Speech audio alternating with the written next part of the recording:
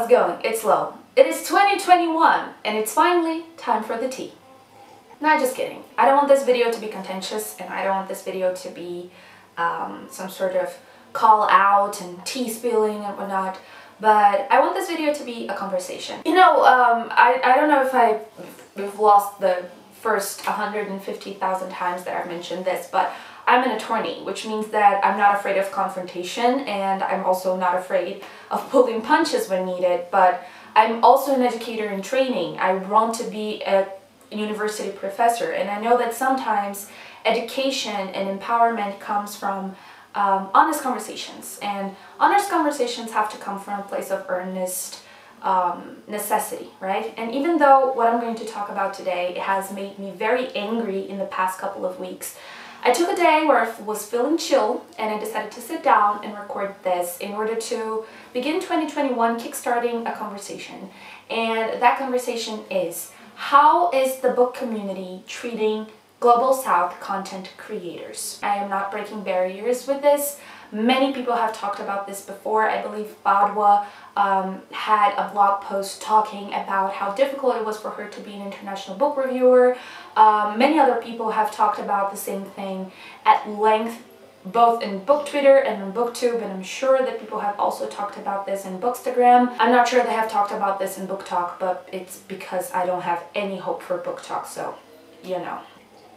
And this is probably not going to be a very funny video, like I'm usually funny or over the top, but this is because I feel like we need to have this conversation and we need to explain a little bit more and make a little bit more clear why Global South creators are constantly begging people to pay attention to the woes that we face when we're trying to create content and engage in an audience, but also the difficulties that we feel in the book community as a whole. It's kind of like people don't entirely understand the Global South experience, which is okay. Not everybody lives in the Global South. But since this is something that actively causes harm to a couple of people, I believe that it is our obligation as a community to come together and actually have conversations like this. Unfortunately, I'm most active on Twitter and I talk a lot on Twitter, as some of you may or may not have noticed already. But unfortunately, on Twitter, it's actually difficult for you to kind of put all of your arguments cohesively in a single place. It is a very limited platform in that regard, so I want to bring those arguments here. I really want us to take a step back and think about the privilege that we cannot see. What we are doing as Global South content creators is trying to make this privilege seen and make people understand how difficult some other people have. What I want here is to kind of begin a conversation on how people who are in a position of privilege, because they are living in a place that puts them in a position of privilege, that gives them access to many things that other people don't really have. What I want to do is that I want to make this privilege not transparent anymore. And I hope that with this video, I can actually kickstart a little bit of conversation on how can we as a community move forward in order to better include Global South content creators, and how to better make sure that the book community as a whole, not only readers and reviewers and authors, but also publishers, marketers, agencies, all of them are able to better accommodate people from the Global South. It is very hard for me not to be angry at this. I have lost my cool a couple of times on Twitter during the past couple of weeks, I will admit. But sometimes you just have to swallow it in and try to have a reasonable conversation. So this is what I intend to do today. I thought a lot if I should even do this video or not. I have been very vocal about this on Twitter, and the result is that I got blocked by many people that I actually admired, and I got subtweeted by a lot of people that I actually admired as well.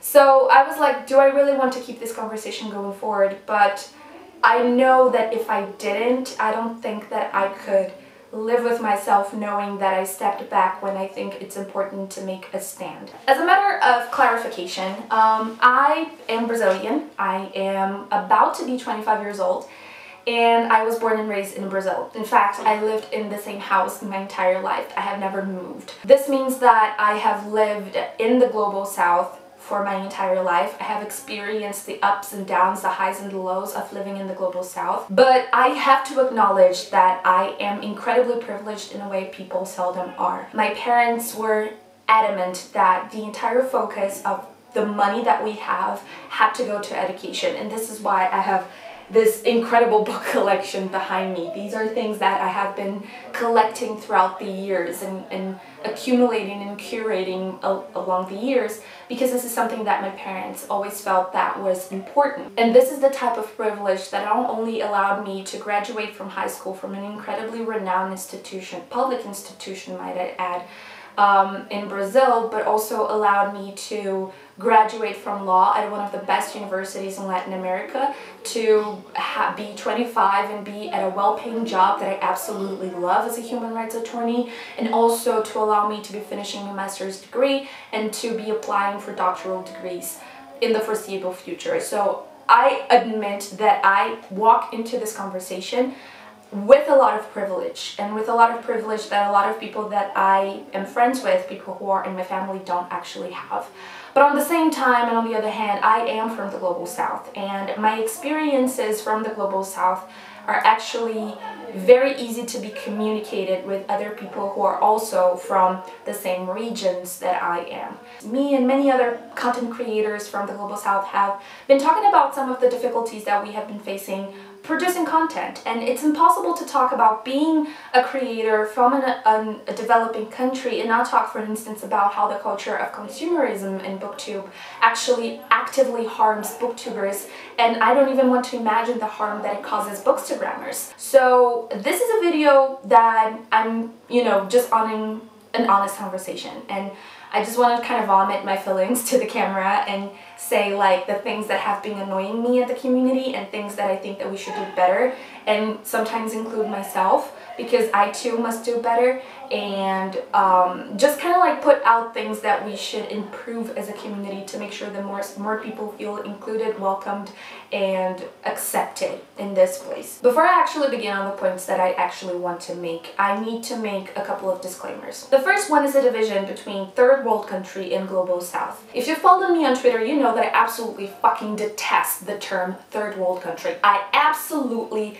hate it. But not everybody knows why, and engaging with people from outside of the global south, I kind of understood why. People are not necessarily taught this. So the reason why I say global south and I don't say third world countries is this. The term third world country actually developed during the Cold War. The idea was that countries were divided into first, second, and third world countries. First world countries being countries that had the money and military resources to associate themselves with NATO. Second world countries were countries that were communist and therefore associated with the Eastern Bloc and the USSR. And third world countries were countries that were neither communist but didn't have the money and the resources to associate themselves with NATO. And the reason why those countries didn't have the money was because they were piss poor. With time, the third world country became associated with countries that were poor, that were politically volatile, and that had weak economies. And that kind of became closely associated with a very pejorative image of countries with an incredible history. The term Global South was created to kind of denote countries in the world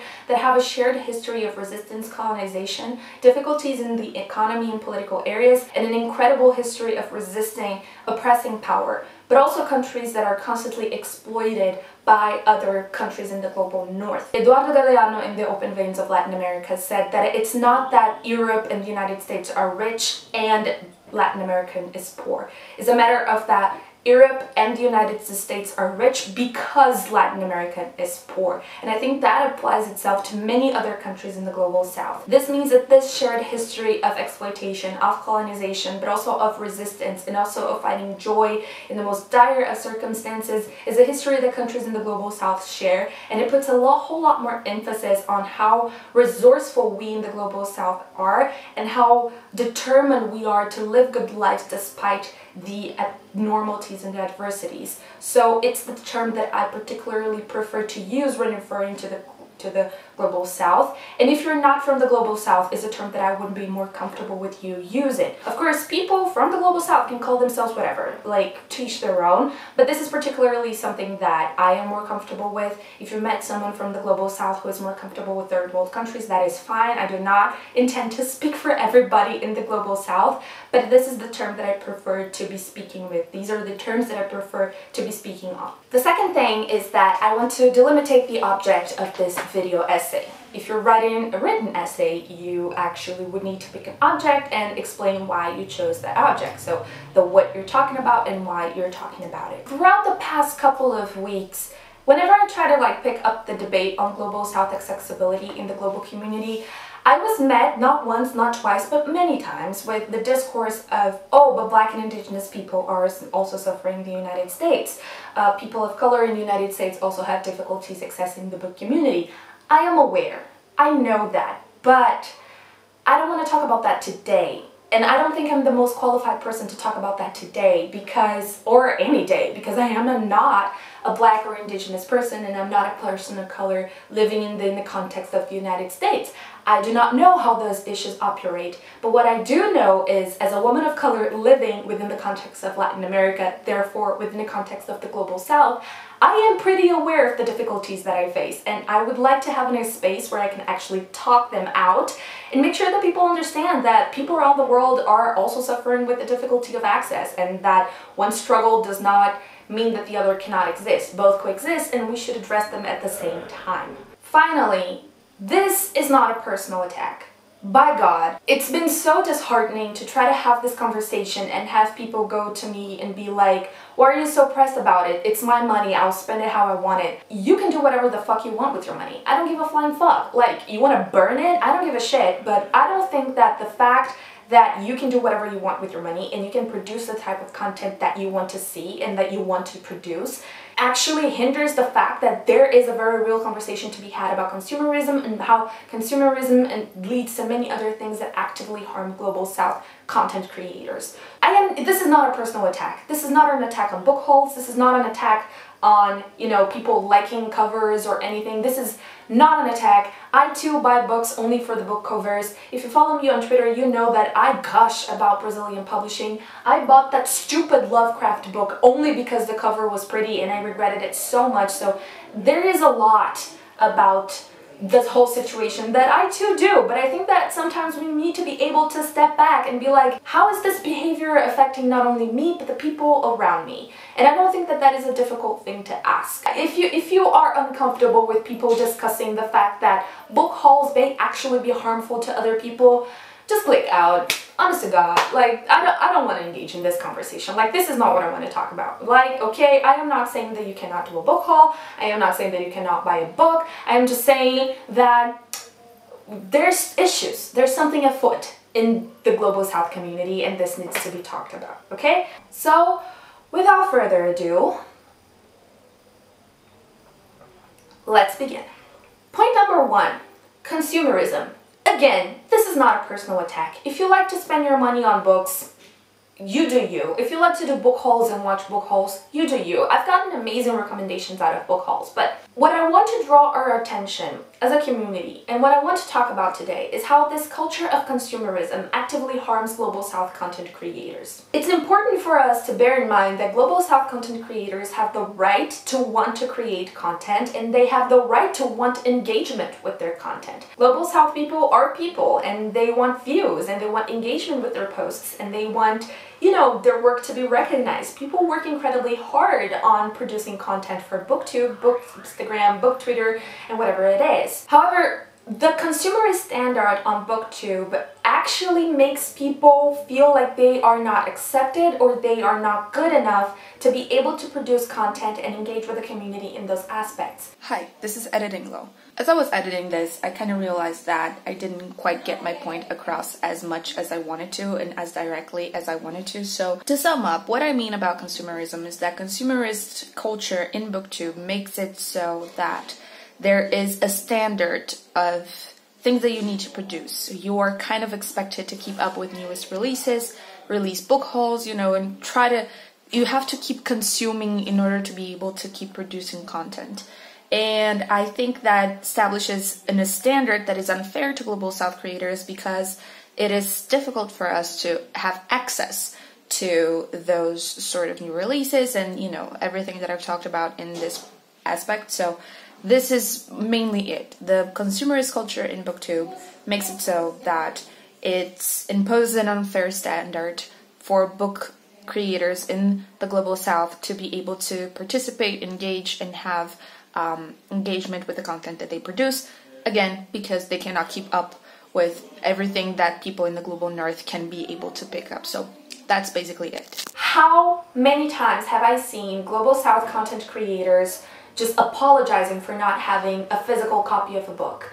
How many times have I seen bookstagrammers complaining that, you know, their posts get less engagements because they're not posting a hardback? You know, the culture of constantly putting out immense book hauls, the need for hardbacks. You know, I think it was Cindy that in one of her videos about consumerism on BookTube, which is amazing by the way, and it was one of the reasons why I felt comfortable enough joining the community by itself. She talks about, you know, people who don't buy proper food to buy hardbacks and to be able to produce content. And the fact that this is something that people consider, the fact that people apologize for not having hardbacks, and the fact that it's proportionally more people in the global south who do those types of things, like constantly apologizing for not having access, is something that is profoundly heartbreaking to me. Book content and book creators as a whole feel the need to keep up with latest releases and to be able to engage with arcs, for instance, which is something that the majority of book community engages with. However, not only it is more difficult for people in the global south to have access to new releases,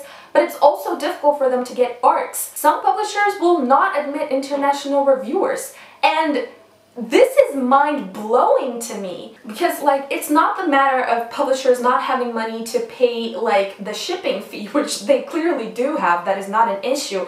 But even if that was a problem, like, what is the matter of sending an international reviewer an ebook? It doesn't really make any sense to me, the sort of discrimination that global south content creators make when they're trying to keep up with the news and the latest releases, to be able to produce this sort of content. It's important for us to realize that this culture of consumerism on BookTube that constantly pushes us for buying new books, engaging with new material, keeping up with new releases, is almost impossible to do depending on where you are in the global south. Which leads me to my second point, accessibility. It is so difficult to get access to books in the global south. Many of the stores that people push, many of the stores that people have affiliate links, don't ship to our countries. And if they do, the shipping rates are outrageous. The importation rates are incredible. Not only that, but the exchange rates are through the roof. Just for you guys to have an idea, if I were to buy a 25 YA release on hardback on the United States, just the book would cost me at least 125 reais. And with 125 reais, I'm able to feed 3 families of 4 people for 1 month. And again, I am lucky enough that I am in a well-paying job, and every once in a while I can treat myself to a hardback or to a new release or to a book by a Brazilian publisher that usually has appealing covers, and I prefer buying the physical books from them because they are more aesthetically pleasing. But even I, who am in a huge position of privilege, do the majority of my reading through an ebook, which means that, for instance, I cannot boycott Amazon because I have a Kindle. So it's interesting because we as Global South creators were putting in a tight spot. Like, people keep saying that the only options that we do have for actually having access to certain material and to certain productions is unethical. But on the other hand, we are left behind if we do make use of them. It is not fair for people to ask from Global South people not to engage, not to read, not to participate in the conversation because they cannot do so in the sort of moral high ground that people from the Global North establish based off their own life experiences. Even so, an ebook in Brazil costs at least 50 reais. And again, with 50 reais, I can feed a family of 4 people for a month.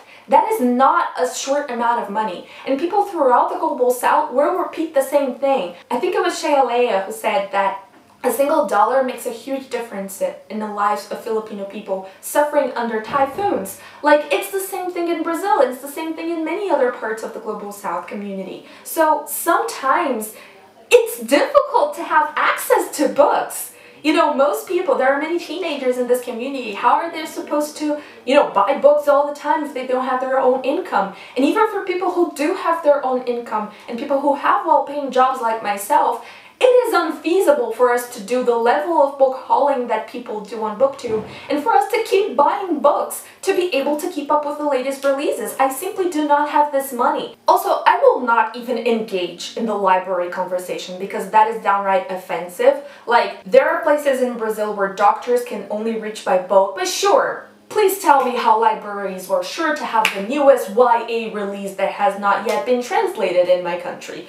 When people in the Global South say, I don't have access to something, it's literally impossible to get. I live in Brazil. I live in a big city. I live in a place that comfortably can receive parcels. But even I have ordered books from abroad and they got lost in the mail and I never saw them again and I lost 150 bucks. The difficulties of accessing that. People are living in places that are still war zones. People are living in places that are being attacked by natural disasters. How are they supposed to achieve and get those books and get those hardbacks and get those new releases? So I think that when we're talking about, you know, the medias that we consume and the accessibility of certain media, we actually need to be bringing in the Global South into this conversation, because the more accessible the forms of books are, you know, the easier time people have reading books, be it an audiobook, an ebook, or whatever, the easier the access will be for people in the Global South. The matter of accessibility is probably the most important thing that stops Global South creators from actually engaging with the community and producing content.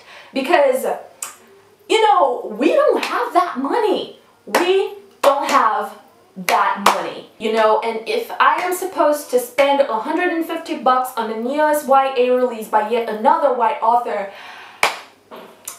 I will just not. The fact that there is economic difficulties in place should not be a hindrance for people to engage with books. I think books will differentiate themselves from any other type of hobby because books are inherently incendiary, inherently revolutionary, and inherently educational. And this is why every authoritarian government that has ever existed tries to, you know, repress, prohibit, burn, and denounce certain works of books. But also, something that makes me, and this is going to be so controversial, and I'm so sorry, but this needs to be said. And please understand this as I'm saying it. Don't read too much into it.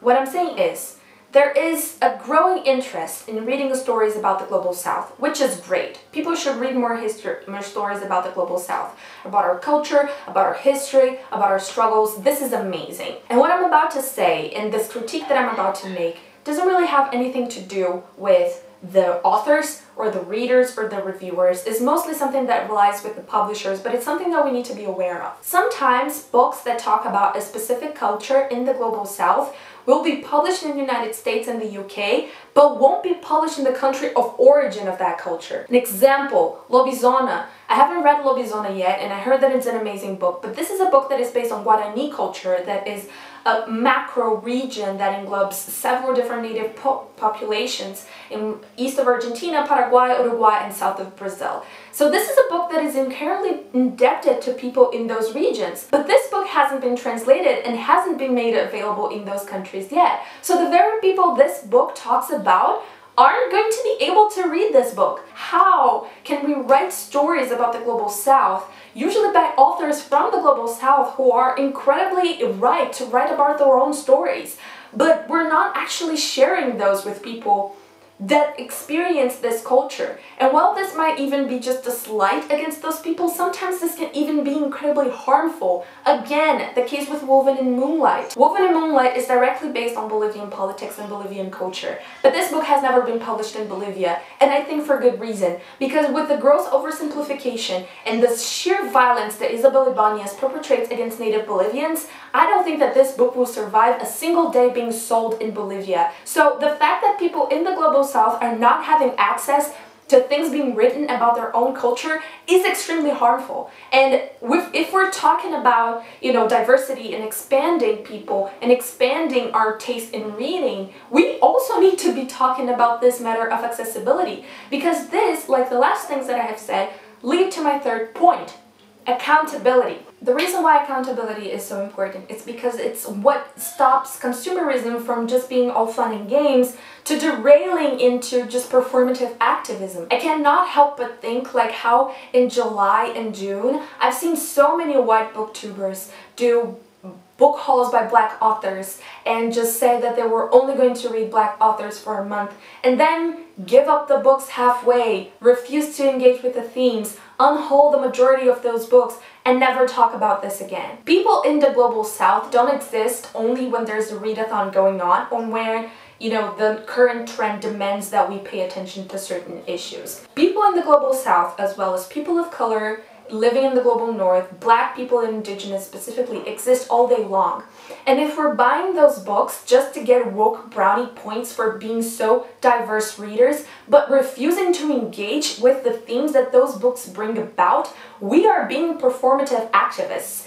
And that is not what books are about at all. So there is a degree of accountability that needs to be pushed forward. And we also need to be able to have conversations on how consumerism imposes unattainable standards on Global South creators, but also how consumerism actually gives way to a performative activism that insists that people buy the latest releases by authors of color, but doesn't necessarily requires them to engage with the themes and be able to understand what those authors are saying and what those authors want to say. That, in a way, is extremely harmful because it fetishizes entire groups of people. The last week, I've seen like YouTube recommended to me like 4 different reviews of Woven in Moonlight.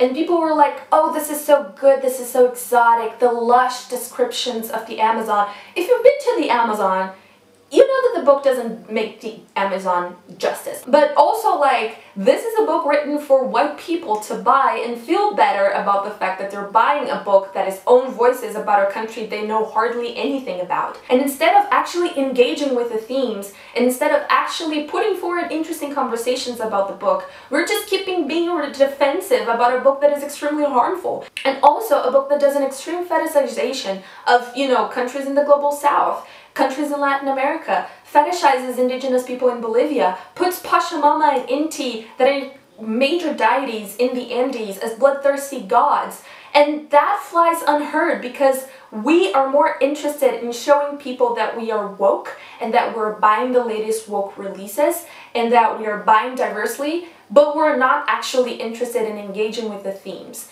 And that is unforgivable to me, especially if we're talking about a book community. Like, it also requires us from the Global South to read and tell the same stories for like people in the Global North, especially white people, to look and be like, oh, I'm so happy I'm not poor. There is a level of fetishization that occurs when instead of engaging with the material, we are more interested in wokey brownie points for, you know, buying the coolest new release. And that is not something that I feel like we should be doing as a community. This is extremely hard for me to talk about because I know I'm gonna get backlash over this, but like, I am so sick and tired of having my country be used as a prop and a tool for people to gain like diversity points when in fact they are refusing to engage with the core issues that happen in here. And this becomes even more clear when sometimes authors of color and authors from the Global South want to write the stories that they want to tell, but are told that they are not marketable because, you know, in the end, we're all just sitting here waiting for the white gaze to look upon us and decide that we're interested enough to be read about. I've been bitter, I know, but I don't want to leave you guys on a downwards note. I think there are a couple of things that we as a community can do that are incredibly important and relevant, especially right now. And I have a couple of things in mind. The first one is that we must read stories about the Global South and keep engaging with authors and engaging with the themes.